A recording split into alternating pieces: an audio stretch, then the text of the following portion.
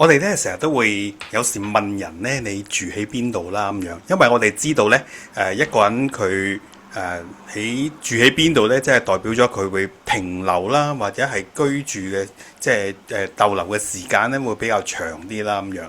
咁喺聖經裏邊咧，其實都有人問過哈，耶穌你住喺邊度啊咁樣嚇，嗰啲門徒啊喺約翰福音1章嘅裏邊，咁同樣嘅。即係歷世歷代嘅人咧，佢哋都會問咧，究竟神你住喺邊度咧？其實個背後嘅意思就話啊，我哋點樣可以咧，經常有上帝嘅同在咧嚇？喺西班牙巴塞羅那嘅聖家教堂咧，咁就好快喺今年嘅裏邊咧就會落成啦嚇，即係將會咧係開始即係正式嘅啟用咁樣，咁啊都係一個起咗100幾年嘅建築物啦，代表咗一種嘅美啦，一種嘅神嘅榮耀啦，神嘅威嚴啦咁樣。其實歷代嘅信徒佢都會用好多唔同嘅方式咧，去嘗試喺一個嘅地方，用一個嘅建築物去顯明到咧神嗰種嘅威嚴啦，嗰種嘅榮耀啦，嗰種嘅榮美啦咁樣。以前有會幕啦，咁跟住會有聖殿啦，跟住就再會有教堂啊、座堂啊等等咁樣。咁但係咧，其實一跟隨主嘅人咧，佢哋都會明白，其實一直都明白嘅。佢哋唔係即係以為即係神係就咁可以住喺度，咁就邊度都唔使去咁樣。今日經文，所羅門王都會問啊：神真係住喺地上邊咩嚇？即係我建造嘅聖殿，就點可以容納得到咧？天同埋天上嘅天都唔夠住嗰位嘅上帝咧嚇！即係佢會咁樣明白。去到呢一個嘅使徒行傳嘅時代，司提反亦都話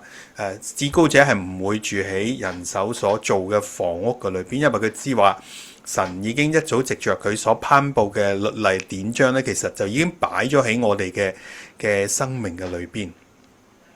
咁但係咧，即係當今日我哋仍然都話點解我哋要返教會啊，要去到神嘅殿嘅裏邊去聚集同敬拜嘅時候咧，大家就要明白，其實就唔係在乎咧嗰個嘅建築物唔係因為呢座建築物有咩特別嘅犀利嘅地方即係有特別神喺度嘅一個嘅力量咁樣而係一班嘅群體係就係正係佢嘅子民百姓一齊嘅聚集，佢哋都係一班承載着佩戴着咧呢個嘅信仰，呢一個嘅神嘅同在嘅一班嘅群體。喺使徒信經裏邊咧有一句咁樣嘅説話，我信聖徒相通，就係歷世歷代嘅信徒咧，佢哋都可以係喺大家嘅嗰種嘅見證，嗰種嘅行過跟隨主，佢哋嘅禱告，佢哋嘅事蹟係可以咧彼此咁樣咧係去影響尤其是我哋喺後呢一代嘅，就會喺上一代或者係之前一啲嘅前輩嘅軌跡嘅裏邊咧，佢哋嘅生命嘅當中咧係去經歷到主。我記得都有幾次啦，帶個弟兄姊妹去過咧呢個喺澳門嘅馬禮遜嘅墳墓其實感受係特別深嘅，因為即係唔係因為我識佢當然我唔識佢，都係100幾年前嘅一位嘅宣教士。但係當我閱讀佢嘅事蹟，睇過佢嘅傳記，去行咧，佢喺澳門嘅地方，大致上可能都有機會我哋行過佢當年行過嘅地方嘅時候咧，我即係裏邊係感受到